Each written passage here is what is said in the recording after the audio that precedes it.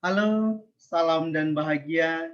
Kembali lagi dengan saya, Gustaf Elias, dari SMA Saifurus 3 Palembang, yang pada saat ini adalah sebagai calon guru penggerak angkatan 1. Pada kesempatan ini, saya akan menjelaskan atau berbagi dengan aksi nyata saya tentang membudayakan literasi di sekolah. Di bagian kiri ini sudah saya siapkan berbagai video, di mana ini adalah cerita-cerita dari anak murid terkait dengan program literasi yang selama ini mereka ikuti. Kita bisa melihat satu persatu, misal ini adalah Fanny Deli. Halo semuanya, nama saya Fani Apriani Devi. Saya merupakan salah satu siswa SMA Saifurus 3 Palembang. Dan saya juga merupakan salah satu siswa yang mengikuti program penulis buku. Dalam mengikuti kegiatan ini, saya mendapatkan banyak sekali hal baru. Mulai dari teman-teman baru yang memiliki ide cemerlang, yang bisa saling berbagi pandangan hal dan pemahaman, juga mendapatkan banyak hal seperti kosakata-kosakata baru yang membuat saya tertarik bisa orang penulis yang hebat. Mulai dari melakukan bagaimana cara penulis ataupun gimana cara. Ini adalah Viola. Hai, nama saya Viola Septiani dari SMA 103 Palembang. Saya ingin menceritakan mengenai program Gerakan Menulis Buku yang saya ikuti. Selama mengikuti program ini, saya mendapat banyak manfaat. Dengan menulis, kita bisa menuangkan ide dan pikiran ke dalam tulisan itu.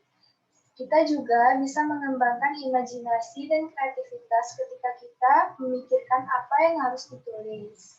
Apalagi dalam musim pandemi yang seperti ini, bertemu orang saja kita tidak bisa, makanya rasa bosan itu pasti akan ada. Sehingga menulis bisa menjadi alternatif untuk menyalurkan rasa bosan itu. Tulisan itu juga dapat kita. Ini adalah Marcella, tapi saya rasa cukup karena nanti terlalu panjang. Saya mulai saja. Ini adalah biografi saya tulis singkat saja. Nama saya sudah saya sebutkan tadi, Gustaf Elias SPD dari Unit Kerja SMA Saifurus 3 Palembang. Pada kesempatan ini izinkan saya untuk berpantun. Tengok ke kanan, tengok ke kiri, senyum manis tergambar di pipi. Di hari yang berbahagia ini, izinkan saya untuk berbagi. Yang sering kita gunakan dalam guru penggerak adalah istilah-istilah tentang refleksi, dan refleksi. Bahwa belajar tanpa refleksi adalah sia-sia. Tetapi refleksi tanpa belajar adalah bahaya. Ini selalu kami bawa-bawa dalam setiap pertemuan kami bahwa tidak hanya belajar, kita butuh refleksi. Tidak hanya refleksi saja, tapi kita butuh pembelajaran daripada apa yang sudah kita refleksikan itu. Karena jika tidak, maka kita hanya berada di situ dan di situ terus. Tetapi kita butuh berkembang lebih maju lagi. Di bagian bawah ini adalah berbagai karya-karya yang kami buat, bahkan kami juga mendapat penghargaan-penghargaan baik ke siswa, baik ke guru, bahkan ke sekolah secara umum. Ini tidak semua saya masukkan di sini karena terlalu banyak jika saya harus masukkan semua karya-karya ke sini. Maka hanya sebagian yang saya masukin supaya kita bisa melihat lebih tertata rapi. Saya lanjut. Tema pada kesempatan ini yaitu tentang budayakan literasi di sekolah. Latar belakang secara umum yang saya angkat di sini adalah lemahnya literasi di Indonesia. Saya rasa bahwa semua orang pasti setuju karena pendapat ini bukan pendapat saya, tetapi ini berdasarkan tes PISA pada tahun 2018 dan nanti juga akan mereka lakukan secara terus-menerus. Saya temukan ini di koran digital yang ditulis oleh kompas.com. Yang pertama bahwa kemampuan membaca siswa itu sangat rendah. Bila rata-rata kemampuan baca negara-negara berada di angka 487, skor Indonesia berada di skor 371. Peringkat pertama diraih oleh China dengan skor 555. Kemudian diikuti oleh Singapura dengan poin 549 dan Macau 525. Skor matematika dan sains di bawah rata-rata. Pada tahun 2018, skor PISA di Indonesia untuk matematika berkisar di angka 379 dan sains di skor 396.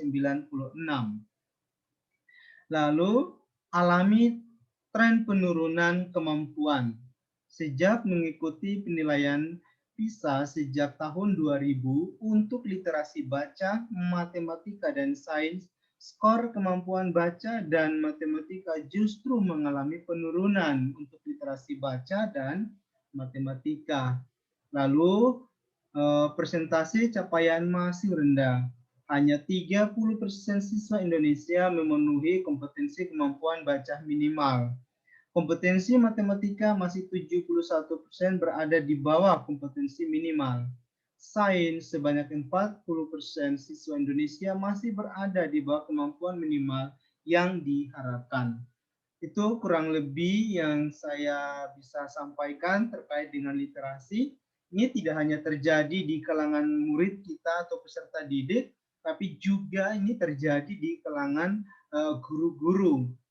Cenderung kita tidak suka membaca, masuk kelas dengan gaya bahwa saya sudah bisa, saya sudah tahu, sehingga terkadang kita tidak membawa buku, kita tidak perlu memperbanyak literatur kita, sehingga ketika kita mengajar, terkadang siswa merasa bosan karena hanya itu terus yang kita sampaikan.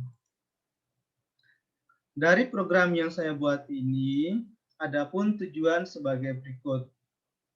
Tujuan secara umum adalah menumbuh kembangkan budi pekerti murid melalui pembudayaan ekosistem literasi sekolah. Yang pertama, tujuan utamanya adalah menumbuh kembangkan budaya literasi di sekolah, menciptakan siswa menjadi pembaca, penulis, dan komunikator yang efektif. Jadi pada kesempatan ini siswa tidak hanya kita suruh membaca atau kita minta membaca atau menulis, tetapi mereka juga berlatih bagaimana berkomunikasi, bagaimana menyampaikan ide-ide mereka, bagaimana mempresentasikan apa yang mereka dapat. Dari situ mereka akan belajar berlatih bagaimana tampil di depan, bagaimana berkomunikasi yang baik, bagaimana mengkomunikasikan ide-ide yang ada di dalam diri mereka. Seperti dalam video tadi, si Fanny Deli menyampaikan bahwa dari sini saya banyak belajar. Mereka banyak sekali mengetahui bagaimana berkomunikasi yang baik, bagaimana menyampaikan ide-ide yang baik. Lalu menumbuhkan kemandirian siswa, menjadikan sekolah sebagai taman belajar yang menyenangkan, menjaga keberlanjutan pembelajaran, mendorong dan mengeksplorasi motivasi belajar, mengembangkan kemampuan dan kebiasaan berpikir, meningkatkan kapasitas warga lingkungan sekolah agar lebih literat lagi. Ini adalah tujuannya. Lalu bagaimana agar ini bisa berjalan dengan baik? Tentunya bahwa kita mula-mula harus melakukan pemetaan terlebih dahulu agar kita bisa tahu apa harapan mereka, apa mimpi mereka, apa kekuatan yang bisa kita gunakan dalam menjalankan program ini. Maka dalam kesempatan ini saya mencoba menggunakan yang kami sering menyebutnya adalah paradigma Bagja. Bagja itu sendiri dalam pengertian secara umumnya adalah suatu pendekatan yang kolaboratif, yang berfokus pada kekuatan, berfokus pada cita-cita, berfokus pada harapan murid, serta visi dan misi sekolah. Tentang Bagja ini juga sejalan dengan yang sering juga digunakan oleh banyak guru, yaitu adalah paradigma inquiry apresiatif. Ini juga sering sekali digunakan bahwa paradigma inquiry apresiatif itu adalah suatu paradigma atau pendekatan yang dalam menjalankannya lebih mengutamakan kekuatan atau hal-hal positif. Ini adalah pembelajaran yang lebih apa istilah kolaboratif. Bagja itu sendiri sebetulnya adalah sebuah apa namanya kepanjangan atau kependekan dari yang pertama adalah B, yaitu buat pertanyaan. Karena saya di sini adalah sebagai pengembang literasi, maka pertanyaannya yang pertama itu bagaimana cara menumbuh kembangkan budaya literasi murid di sekolah. Yang kedua adalah dukungan apa saja yang diperlukan. Tentunya dua pertanyaan ini harus terjawab dalam apa istilahnya dalam program yang nanti kita jalani atau dalam prakteknya dua ini betul-betul harus terbukti di sana. Jangan sampai buat pertanyaan buat asal buat, tapi betul-betul nanti bisa dibuktikan. Yang kedua adalah ambil pelajaran. A-nya adalah ambil pelajaran. Peningkatan minat baca murid, kemampuan menulis, adanya keberlanjutan budaya literasi yang terus-menerus, murid merasa semakin menambah wawasan berliterasi. Lalu G adalah gali mimpi. Tumbuhnya karakter positif, meningkatnya kemampuan berpikir murid dan menganalisa, meningkatkan kemampuan merangkai kata dengan baik, dan seterusnya. Lalu J-nya adalah jabarkan rencana. Itu menyusun program dan rencana kerja kegiatan literasi. Membentuk tim yang di sini dimaksud ini adalah tim literasi. Mengadakan koordinasi semua komunitas sekolah, menyusun program kerja dan monitor.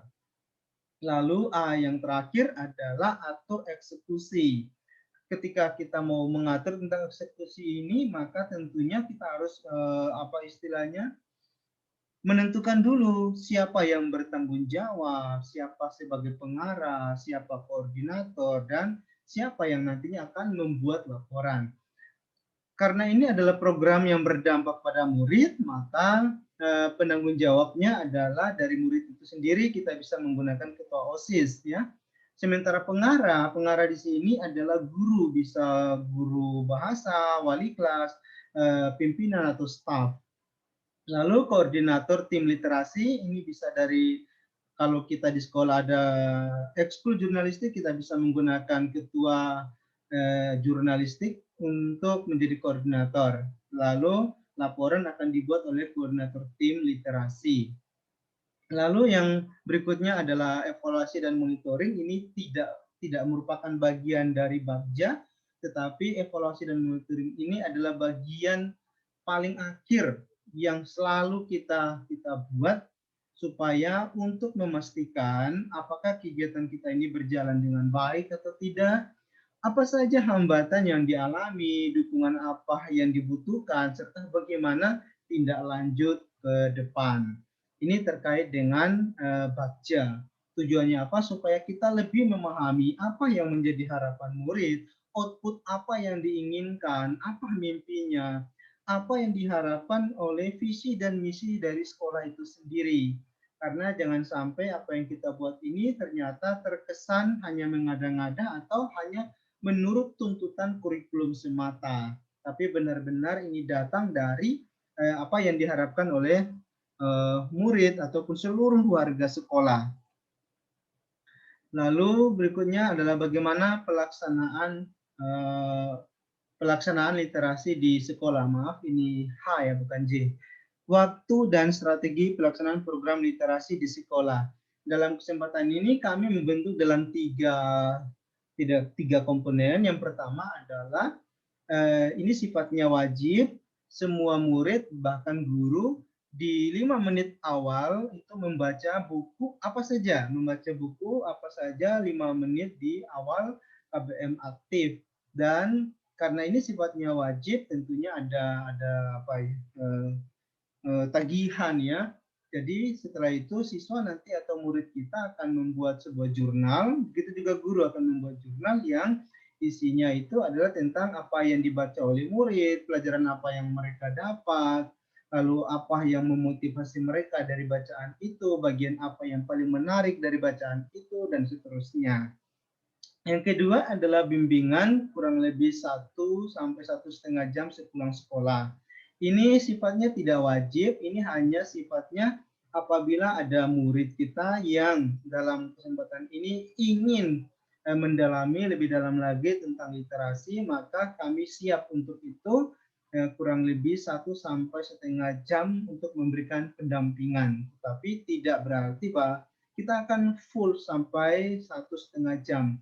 Hanya tergantung sudah sampai sejauh mana murid-murid kita atau para siswa kita ini sudah merasa cukup dalam hal bimbingan. Lalu yang ketiga ini juga sikapnya wajib ya, yaitu latihan keterampilan menulis rutin pada setiap hari Sabtu sepulang sekolah.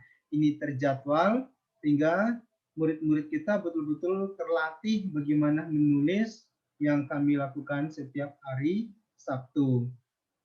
Lalu bagaimana supaya pelaksanaan ini bisa berjalan dengan baik?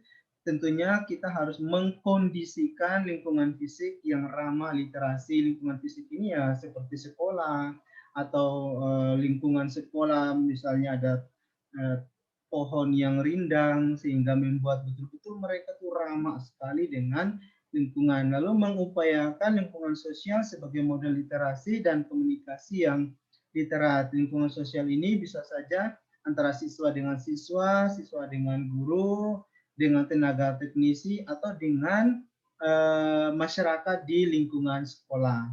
Mengupayakan sekolah sebagai lingkungan belajar yang literat, serta menyusun jadwal kegiatan, sehingga betul-betul kegiatan ini terarah, terjadwal, dan terlaksana, tidak sesuka hati, tetapi betul-betul ini terbimbing. Lalu apa yang sudah kami lakukan ini tentunya banyak sekali yang sudah kami peroleh. Tadi di awal sudah saya tunjukkan beberapa produk-produk yang dihasilkan. Namun di sini perlu saya jelaskan juga tentang hasil-hasil yang sudah kami dapat dengan melakukan suatu pendekatan yang kolaboratif, berfokus pada kekuatan, cita-cita, harapan murid, serta visi dan misi sekolah. Maka beberapa hal yang kami dapat sebagai berikut. Yang pertama, bahwa perlahan-lahan pengembangan literasi menunjukkan perubahan sesuai dengan yang diharapkan. Budaya literasi yang terus tumbuh dan menjadi kebiasaan di lingkungan sekolah. Sekolah dinobatkan sebagai sekolah aktif literasi nasional. Lalu penganugerahan 50 murid sebagai penulis terbaik nasional, penganugerahan 10 guru sebagai penulis terbaik nasional, dan menerbitkan berbagai karya tulis dalam bentuk buku. Ini adalah hasil-hasil yang kurang lebih bisa kami sampaikan. Ada banyak hal lain yang bisa kami sampaikan, namun jika semuanya harus kami sampaikan di sini, mungkin waktunya tidak cukup, tetapi ini adalah bagian-bagian penting yang mungkin dapat saya sampaikan di kesempatan ini. Nah, terkait hal itu tentunya ada pembelajaran-pembelajaran penting yang memang sudah kami dapat, mengutip dari pernyataan dalam setiap pertemuan para guru penggerak bahwa belajar tanpa refleksi adalah sia-sia, refleksi tanpa belajar adalah bahaya. Pernyataan ini tentu sangat sejalan dengan prinsip saya atau kami sebagai pengarah yang setiap kali menjalankan tugas. Kami selalu mengawali, saya selalu mengawali dengan refleksi dan diakhiri juga dengan refleksi. Jadi di awal dan di akhir selalu saya merefleksikan tujuannya apa untuk melihat perbedaan sebelum dan sesudah dan sejauh mana telah terjadi suatu perubahan. Dalam kesempatan ini banyak hal yang saya dapat. Hal yang paling penting adalah saya merasa sangat berarti menjadi diri saya sendiri. Semua bentuk ketakutan dan prasangka buruk tentang apa yang akan terjadi dalam kegiatan ini ternyata semua hanya perasaan saja. Semua itu tidak terbukti. Semua rekan saya sangat mendukung apa yang diprogramkan dan mendukung penuh dalam pelaksanaannya. Saya yang awalnya meragukan program yang saya canangkan, ternyata semua berjalan dengan baik. Dari sini saya makin mencintai profesi saya dan lingkungan belajar saya. Dukungan dari pimpinan dan staf pimpinan sangat totalitas, mulai dari menyediakan sarana dan prasarana hingga pada kesediaan diri mereka untuk terlibat. Dari sini saya butuh belajar lebih banyak lagi untuk menjadi pribadi yang lebih dewasa, pemimpin yang merendah, dan yang terpenting adalah lebih berpikir positif. Nah, bagaimana penerapan ke depannya? Berjalannya kegiatan ini dengan baik tentu tak berarti tidak ada halangan ataupun kekurangan. Hal yang paling menonjol adalah kesiapan. Kegiatan ini perlu waktu yang lebih matang. Oleh karena itu, diperlukan persiapan yang lebih matang lagi. Karena keterbatasan waktu dalam penyusunan program, sehingga dalam perjalanan kita membutuhkan komunikasi yang sangat intens. Beberapa program yang terkesan masih meraba-raba sehingga kita perlu duduk dan berdiskusi kembali apa yang dimaksud dengan program yang sudah saya rencanakan, sudah saya kerjakan, sudah saya lakoni. Oleh karena itu, yang terbaik ke depan adalah merumuskan definisi program yang lebih baik lagi. Apa yang akan dilakukan, bagaimana pembagian tugas, serta output apa yang ingin dihasilkan, sehingga lebih jelas arahnya. Selain itu, sangat penting juga memanfaatkan hasil identifikasi aset modal yang dapat dijadikan sebagai kekuatan dalam menyusun program sekolah yang berdampak pada murid. Saya kira itu yang ingin saya sampaikan. Semoga ini bisa bermanfaat. Demikian dari saya yang ingin saya sampaikan. Semoga apa yang saya sampaikan ini bermanfaat. Terima kasih.